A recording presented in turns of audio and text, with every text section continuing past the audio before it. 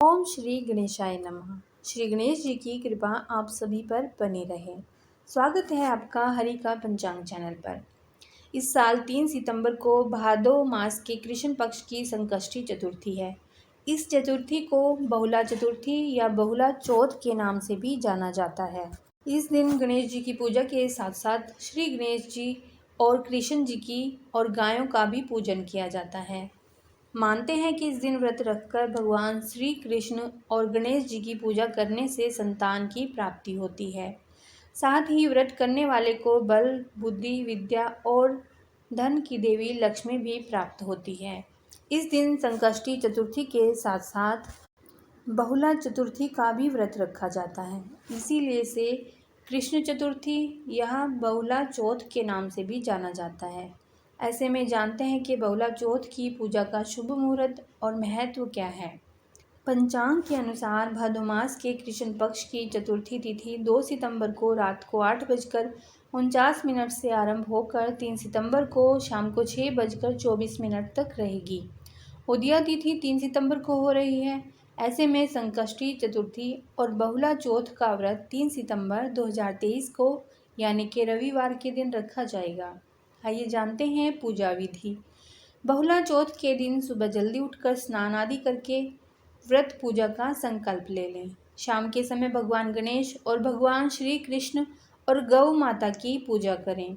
पूजा के लिए भगवान श्री कृष्ण के ऐसे किसी चित्र या प्रतिमा को पूजा के स्थान पर स्थापित करें जिसमें उनके साथ गायें भी हो। सबसे पहले भगवान को कुमकुम तिलक लगाएं और हार और फूल अर्पित करें। शुद्ध घी का दीपक जलाएं। इसके बाद अबीर, गुलाल आदि चीज़ें चढ़ाएं। कृष्ण जी और गणेश जी की पूजा के बाद गाय सहित बछड़े की भी पूजा करें।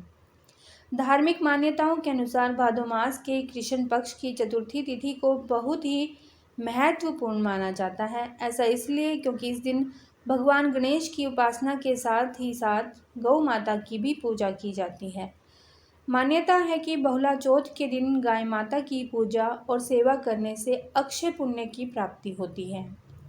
साथ ही संकष्टी चतुर्थी के दिन भगवान गणेश और चंद्रदेव की उपासना करने से जीवन में आ रहे जितने भी संकट हैं, समस्याएं हैं, सभी दूर हो जाते हैं। आइए सुनते हैं बहुला चतुर्थी व्रत कथा। पौराणिक ग्रंथों के अनुसार कृष्ण जी की लीलाओं को देखने के लिए कामधेनु गाय ने बहुला के रूप में नंद की गौशाला में प्रवेश किया। कृष्ण जी को यह गाय बहुत पसंद आई। वे हमेशा उसके साथ समय बिताते थे। बहुला का एक बछड़ा भी था।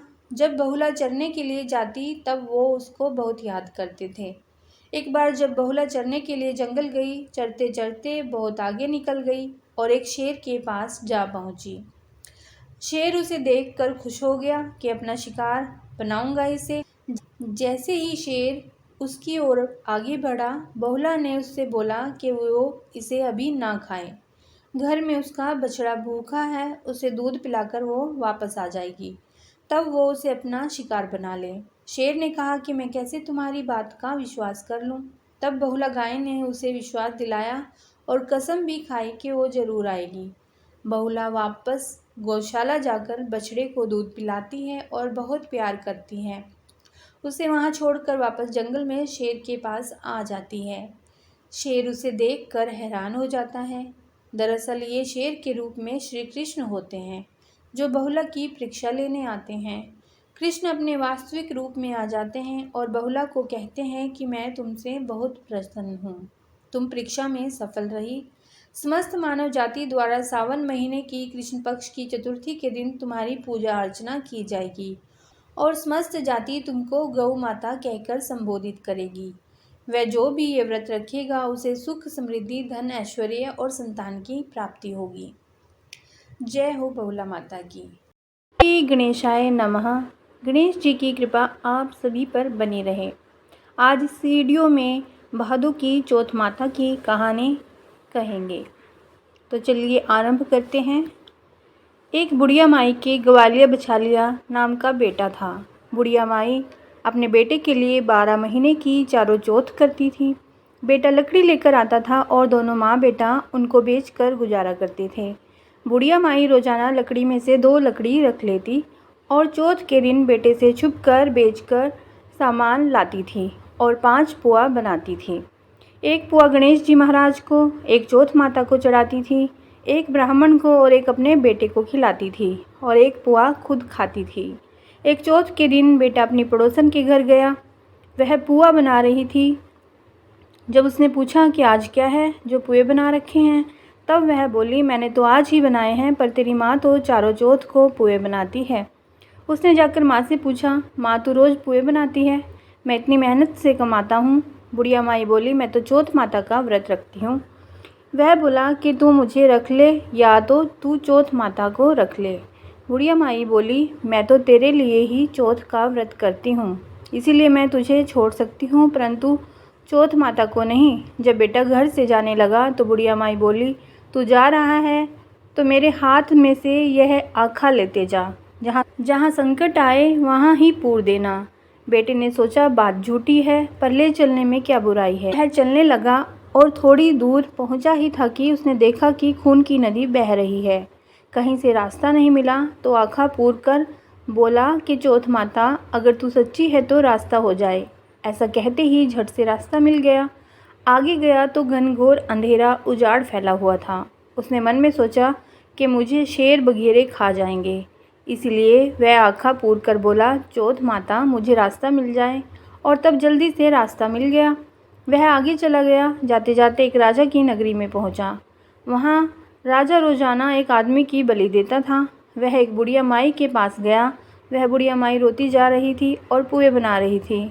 लड़के ने बुढ़िया माई से पूछा कि बुढ़िया माई क्यों रो रही हो? तो बुढ़िया माई ने जवाब दिया कि मेरा एक ही बेटा है जिसकी कल राजा बलि देने वाले हैं, मैं उसी के लिए पुए बना रही हूँ। वह बोला, बुढ़िया माई अपने बेटे की जगह मुझे पुए खिला दे, मैं उसकी जगह बलि चढ़ने चला जाऊंगा।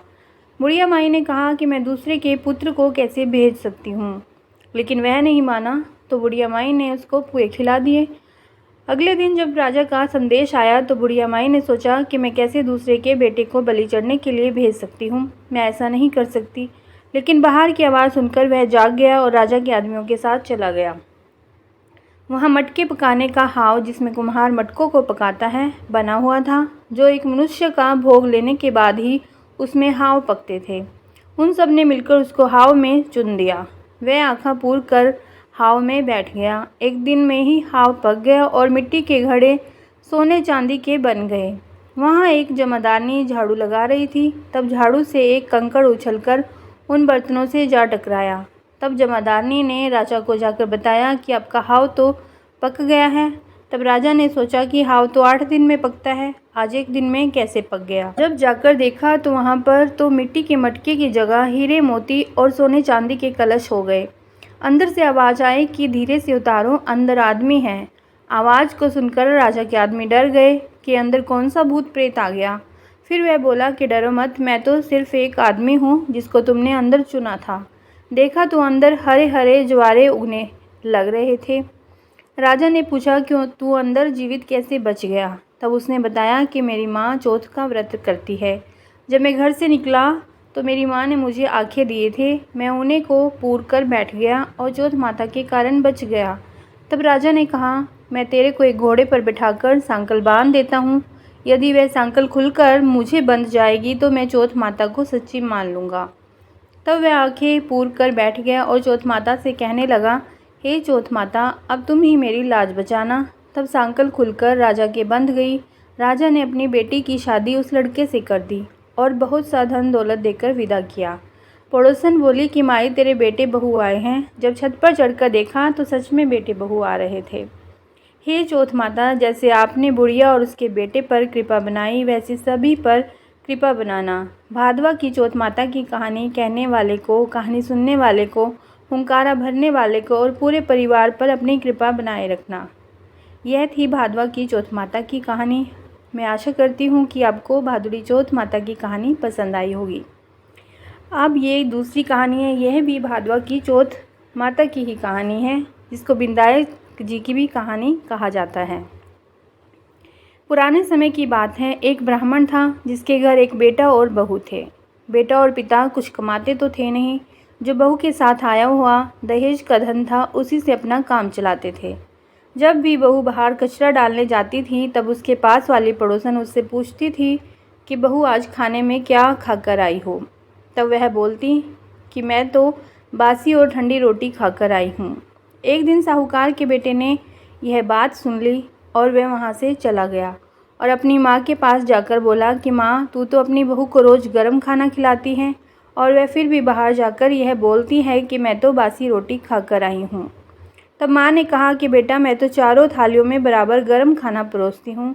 यदि तुम्हें यकीन नहीं है तो तुम खुद देख लेना।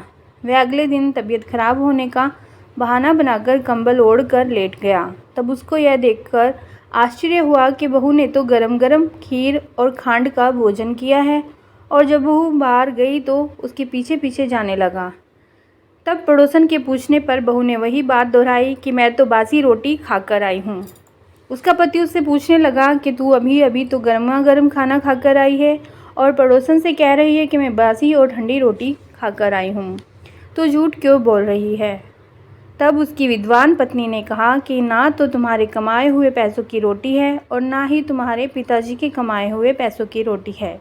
यदि हम इसी तरह बैठे बैठे धन को खर्च करते रहे तो यह एक दिन कुएं के पानी की तरह समाप्त हो जाएगा। इसके बाद उसका पति कमाने के लिए विदेश चला गया। पीछे से उसकी पत्नी 12 महीने का चौथ का व्रत करती थी। उसको विदेश में रहते हुए 12 साल व्यतीत हो गए। तब चौथ माता और बिंदायक जी महाराज ने सोचा कि इसको अब घर बुलाना चाहिए। चौथ माता लड़के के सपने में जाकर बोले कि तू अब घर चला जा, तेरी पत्नी को तेरी बहुत याद आती है।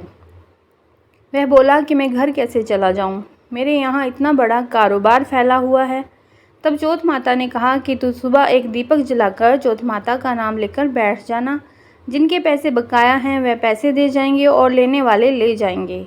लड़के ने वैसा ही किया और उसका सारा काम एक ही दिन में निपट गया।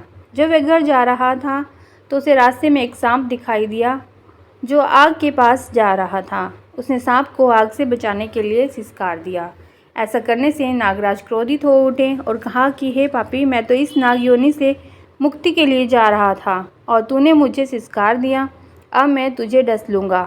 तब वह लड़का बोला कि मैं 12 साल बाद अपने घर जा रहा हूँ, आप मुझे अवश्य ही डस लीजिए, किंतु आज मुझे अपने घर वालों से मिलने दीजिए। आप कल रात को आकर मुझे डस लेना।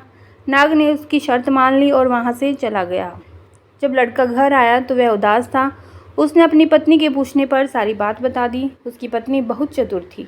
उसकी पत्नी ने एक सीढ़ी पर दूध का कटोरा रख दिया, दूसरी सीढ़ी पर बालू रेत बिछा दी, तीसरी पर फूलमाला बिखेर दी, चौथी पर इत्र छिड़क दिया, पांचवी पर मिठाई तो छठी पर जो और सातवीं पर रोटी रख दी। रात को जब सांप आया तो सबसे पहले ठंडी ठंडी रेत में लौट कर आया। फिर दूसरी सीढ़ी पर दूध पीकर कहा कि मैं एक ब्राह्मणी के बेटे को डसता तो नहीं, लेकिन वचन दिया हुआ है, इसीलिए डसना पड़ेगा। फिर वह फूलमाला की सीढ़ी से होता हुआ प्रसन्नतापूर्वक इत्र की खुशबू लेता हुआ ऊपर की ओर आने लगा। सांप को ऊपर आता हुआ देखकर बिंदायक जी ने चौथ माता से कहा कि इस ब्राह्मणी के बेटे की रक्षा करनी होगी, क्योंकि इसकी पत्नी इसके लिए चौथ का व्रत करती है, उसका फल तो देना ही पड़ेगा। तब बिंदायक जी ने सीढ़ी पर रखे हुए आँखों से सेल सुई बनाए और चौथ माता ने रोटी की ढाल बनाई और सांप के आगे लगा दी। बिंदायक जी ने जौ के सेल बनाए थे, उनसे सांप की मौत हो गई। सुबह उस लड़के से मिलने गांव के लोग आने लगे, क्योंकि वह 12 साल के बाद वापस घर आया था। लोगों ने उसे आवाज़ दी, लेकिन वह तो उदास बैठा था, इसीलिए बोला नहीं। जब उन्होंने देखा कि सीढ़ियों पर तो खून पड़ा हुआ है, वे चिल्लाने रोने चीखने लगे कि ब्राह्मण, आज तो तेरा बेटा मर गया। यह सब देखकर ब्राह्मणी भी ज़ोर ज़ोर से रोने लगी।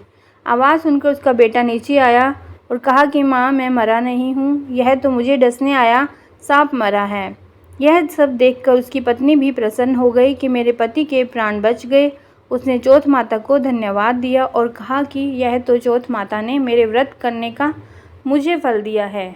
चौथ माता जैसा फल ब्राह्मणी के बेटे को दिया, वैसा सभी को देना। कहानी करने वाले को, कहानी सुनने वाले को, हुंकार देने वाले को और पूरे परिवार को देना। यह थी भादवा की चौथ माता की कहानी। हम आशा करते हैं कि आपको भादवा चौथ माता की कहानी पसंद आई होगी।